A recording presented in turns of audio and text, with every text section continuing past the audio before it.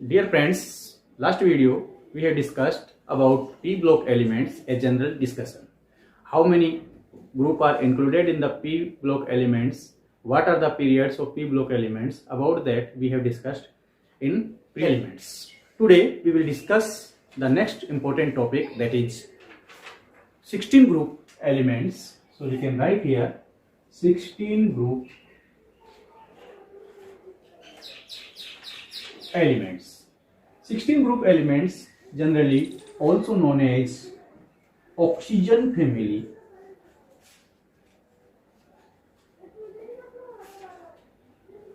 Now 16 group element is known as oxygen family. If we see the 16 group elements, then we find that in this group oxygen, sulfur, selenium, tellurium and polonium, these are included in 16 group elements. 16 group elements also known as chalcogens.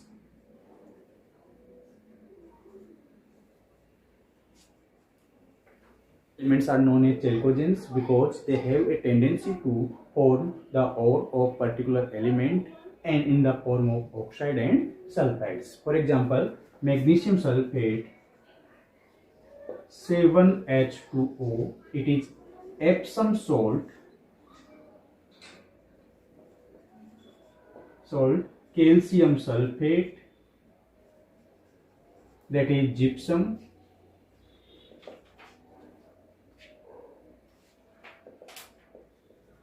yes. Now general electronic configuration of 16 group elements. If we see the general electronic configuration of 16 elements, then we find that inert gas NH2 NP4, अर्थात inert gas, उसके बाद में NH2 NP4 and what is this? This is quantum number. आप सभी जानते हैं कौन सी quantum number है? प्रिंसिपल क्वांटम नंबर, जो कि और we can say outermost shell. Now if we want to write the electronic configuration of these elements, then we find that oxygen contain 8 electrons, sulfur 16, selenium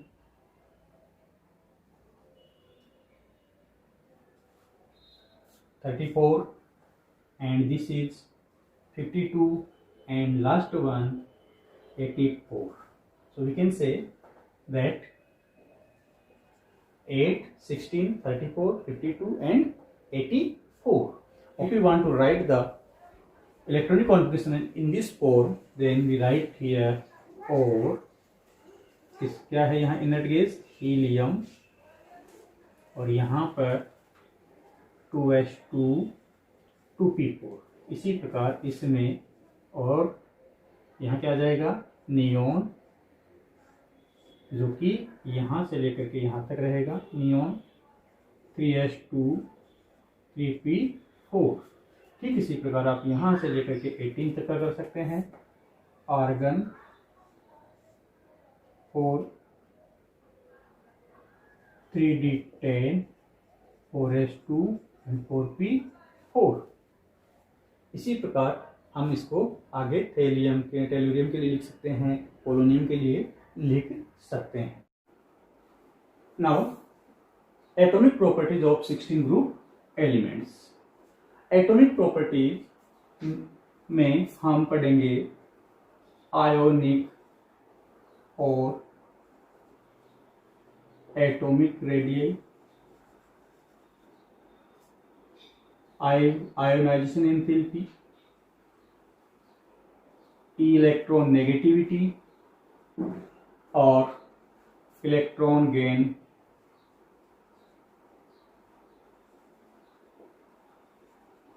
enthalpy. तो students, सबसे पहले हम देखते हैं ionic and atomic radius. Atomic properties में पहला आता है ionic and atomic radius. Ionic और एटॉमिक रेडियस के बारे में हम पहले पढ़ चुके हैं कि हमेशा जब भी left to right periodic table में लेफ्ट टू राइट जाते हैं, आयोनिक और एटॉमिक रेडियस डिक्रीज होती है, जबकि टॉप टू बॉटम जाते हैं ये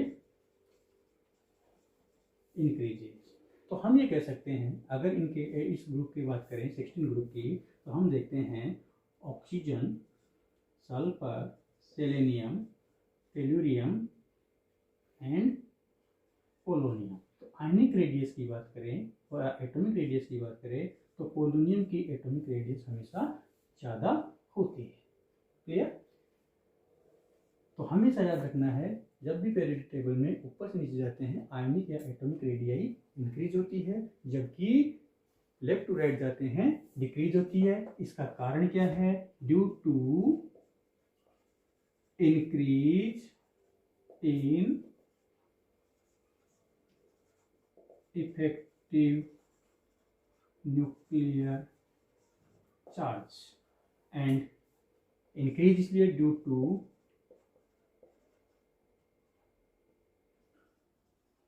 increase in number of cell. So always remember, जब भी हम टॉप पीरियड टेबल में टॉप टू बॉटम जाएंगे साइज इंक्रीज होगी और लेफ्ट टू राइट जाएंगे साइज डिक्रीज होगी। Now second is ionisation enthalpy.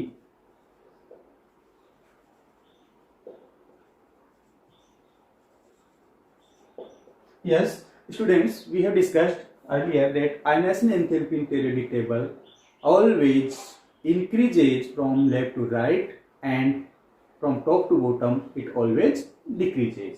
But we are discussing about group 16, so we can say when we move down the group ionization always decrease. What will be the reason behind it? The reason is that the size of atoms or elements always increases in this manner. Ionization की enthalpy की अगर 15 group and 16 group में comparison करें, then we find that 15 IP of 15 group is greater than 16 group elements. क्यों? क्योंकि इसमें जब हम इसका इलेक्ट्रॉनिक कॉन्फ़िगरेशन देखते हैं तो general electronic configuration of 15 group element NS2 NP3 and इसका NP NS2 NP4। जब आप दोनों को ऑब्जर्व करते हैं तो हम देखते हैं कि 15 ग्रुप एलिमेंट्स में और we can say nitrogen family में आपका जो p ऑर्बिटल है that is half filled and it is partially field.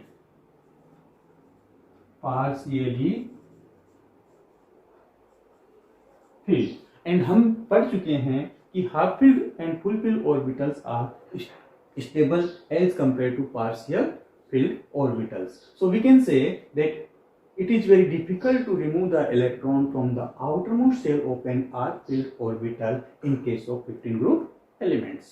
But in 16 group elements, there is partially filled p orbital. So it is very easy to remove the electron from the outermost shell of 16 group element. Properties में third है electronegativity.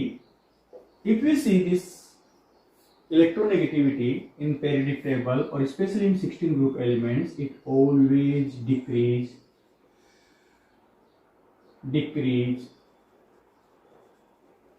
down the group. So इसका order क्या लिख सकते हैं अपन?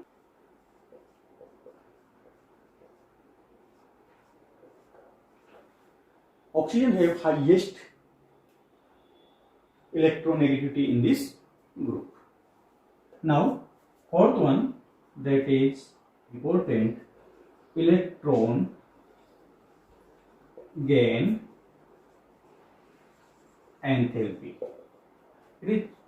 और electron gain enthalpy का trend अब पीरियोडिक टेबल में हम पढ़ चुके हैं कि when we move from left to right in group always increase and top to bottom always decrease in periodic table.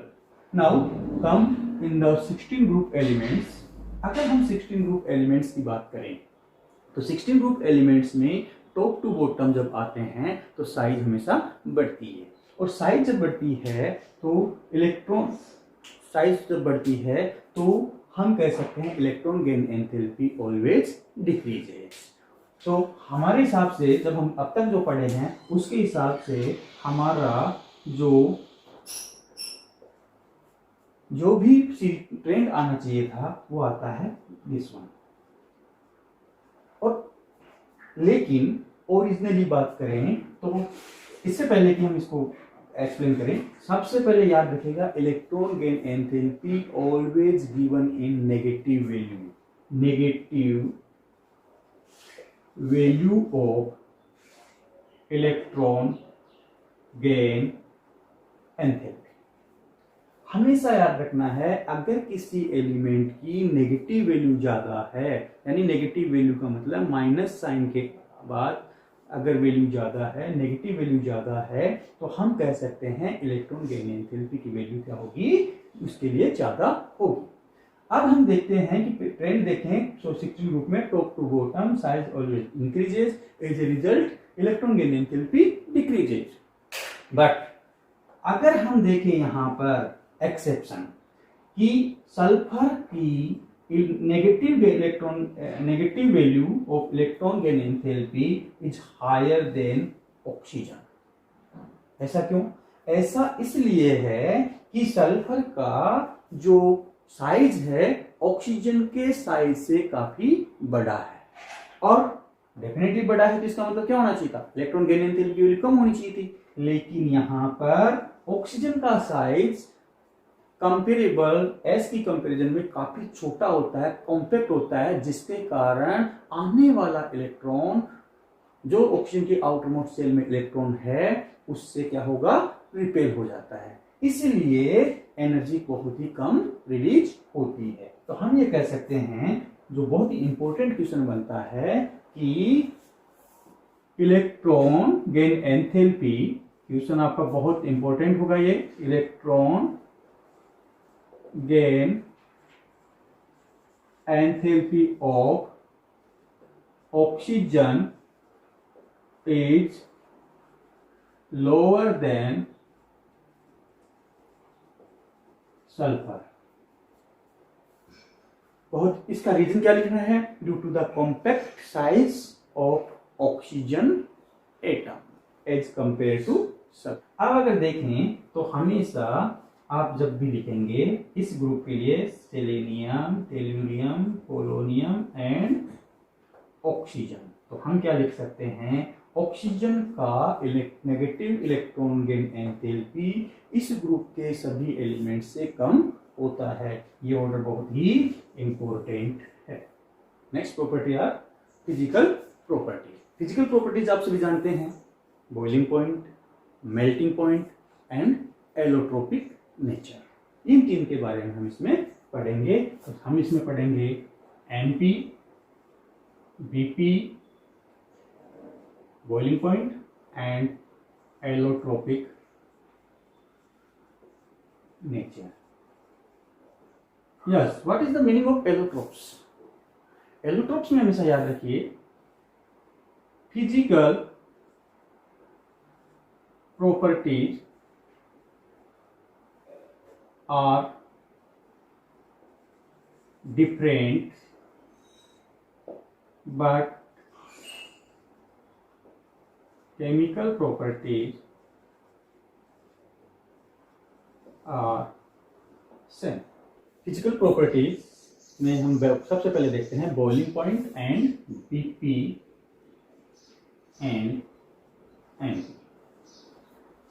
Periodic table में टॉप टू बॉटम हमेशा साइज इंक्रीज होती है। जैसे जैसे साइज इंक्रीज होती है मॉलिक्यूलर एसोसिएशन होने लगता है, और मॉलिक्यूलर एसोसिएशन होने से या हम कह सकते हैं टॉप टू बॉटम जाने से बॉइलिंग पॉइंट और मेल्टिंग पॉइंट ऑलवेज इंक्रीज होते हैं। Increase in boiling point and melting point.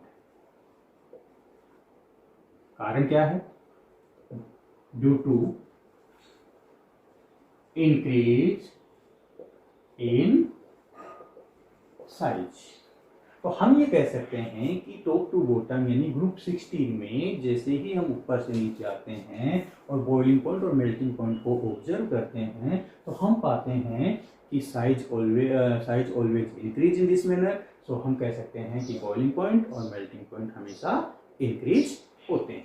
चलिए नेक्स्ट, लेकिन जब हम इसके बॉइलिंग पॉइंट और मेल्टिंग पॉइंट को ऑब्जर्व करते हैं तो हम पाते हैं कि सल्फर एंड ऑक्सीजन, लिख दिए ऑक्सीजन एंड सल्फर, यानी कि हम कह सकते हैं ऑक्सीजन एंड सल्फर, इनके बॉइलिंग पॉइंट में तो देखते हैं तो इसमें काफी डिफरेंस होता है। इसका रीजन क्या है? रीजन है due to atomicity of oxygen and sulphur, यानी कि एटोमिसिटी जो होती है उसके कारण से इनके बॉइलिंग पॉइंट और मेल्टिंग पॉइंट में थोड़ा ज्यादा डिफरेंस होता है। यानी कि ये क्या होगा, ये कम होगा तो ये अचानक से बढ़ जाता है। ऐसा इसीलिए होता है due to the atomicity of oxygen and sulphur. अब अगर बात करें एटोमिसिटी का, यानी कि किसी भी एटम एलिमेंट में कितने एटम मिलकर के उसका मॉलिक्यूल एक बना सकते हैं, दैट इज उसकी एटम, यानी number of atoms in A molecule. अब मॉलिक्यूल अगर ऑक्सीजन का मॉलिक्यूल है तो हम ऑक्सीजन ही बोलेंगे, सल्फर का है तो हम सल्फर का बोलेंगे। तो generally oxygen exist in O2 and sulphur is exist in S84, यानी कि सल्फर S84 में रहता है जबकि ऑक्सीजन O2 के फॉर्म में रहता है। इसलिए इनकी एटोमिसिटी में काफी ज्यादा डिफरेंस है, जिसके कारण से हम ये कह सकते हैं कि इनके बॉइलिंग पॉइंट और मेल्टिंग पॉइंट भी काफी ज्यादा होते हैं। Next, allotropic nature. जनरली इस ग्रुप के सभी एलिमेंट्स एलोट्रोपिक नेचर शो करते हैं। Now next point of this 16 group elements, anomalous behaviour of oxygen. Anomalous behaviour of oxygen का मतलब कि ऑक्सीजन किस प्रकार अन्य एलिमेंट से प्रॉपर्टीज में थोड़ी भिन्नता रखता है, अर्थात डिफरेंस रखता है। इसका मेन रीजन जो है, सबसे पहले due to small size and higher electronegativity, यानी कि इन दो रीजन के कारण, यानी कि ऑक्सीजन हमेशा अन्य एलिमेंट की तुलना में बहुत ही छोटी साइज की होती है और इसकी इलेक्ट्रोनेगेटिविटी भी काफी ज्यादा होती है। इससे अन्य एलिमेंट्स ऑफ दिस ग्रुप। तो याद रखना है, ऑक्सीजन एनामोलस बिहेवियर शो करता है। क्यों करता है? इसके दो कारण है। एक तो इसकी साइज बहुत ही स्मॉल है, दूसरा इसका इलेक्ट्रोनेगेटिविटी वैल्यू जो कि काफी ज्यादा होता है, इसलिए ऑक्सीजन अन्य एलिमेंट्स की कंपैरिजन में एनामोलस बिहेवियर रखता है। नाउ अब इस एनामोलस बिहेवियर के कारण से ऑक्सीजन में ऐसे क्या प्रॉपर्टीज होती है जिसके कारण से बाकी अन्य एलिमेंट्स से ये थोड़ा डिफर बिहेवियर शो करता है। तो देखते हैं, सबसे पहले हाइड्रोजन बॉन्ड।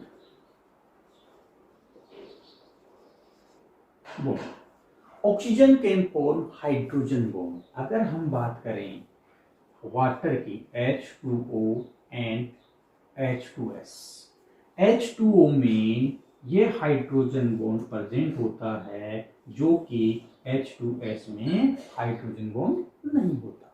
इसका क्या कारण है? क्योंकि ऑक्सीजन की इलेक्ट्रोनेगेटिविटी काफी ज्यादा होती है। ऑक्सीजन का anomalous behaviour vacant D orbital absence के कारण भी होता है। तो हम यहाँ लिख सकते हैं due to vacant d orbital in oxygen, due to vacant d orbital in oxygen, it cannot exceed their covalency from 2। अगर हम बात करें ऑक्सीजन की, अगर कोवेलेंसी यानी ऑक्सीजन से कितने बॉन्ड जुड़ सकते हैं, मैक्सिमम 2 बॉन्ड जुड़ सकते हैं, कभी भी ऑक्सीजन से 2 से ज्यादा बॉन्ड नहीं जुड़ सकते। जबकि अदर एलिमेंट्स में क्या होता है, ये D orbitals, vacant D orbitals present होते हैं। Sulphur, selenium, tellurium and polonium. Polonium is a radio active element. तो हम ये कह सकते हैं इन तीनों में क्या होता है, covalency for more than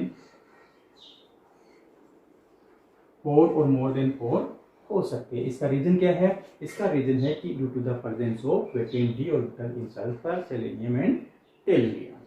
so dear students, we have discussed about anomalous behavior of oxygen। anomalous behavior of oxygen के कारण है small size of oxygen, high electronegativity, और साथ ही साथ इसके कारण से एनामलस बिहेवियर के कारण से ऑक्सीजन हाइड्रोजन बॉन्ड बना सकता है, क्योंकि इसकी साइज काफी छोटी होती है। साथ ही साथ ये पी पाई बॉन्ड भी बना सकता है ऑक्सीजन के बीच, ऑक्सीजन नाइट्रोजन के बीच में भी क्या बन सकता है, डबल बॉन्ड बन सकता है। कार्बन और ऑक्सीजन के बीच में भी डबल बॉन्ड बन सकता है। तो हम ये कह सकते हैं due to the anomalous behaviour of oxygen, these properties can be observed.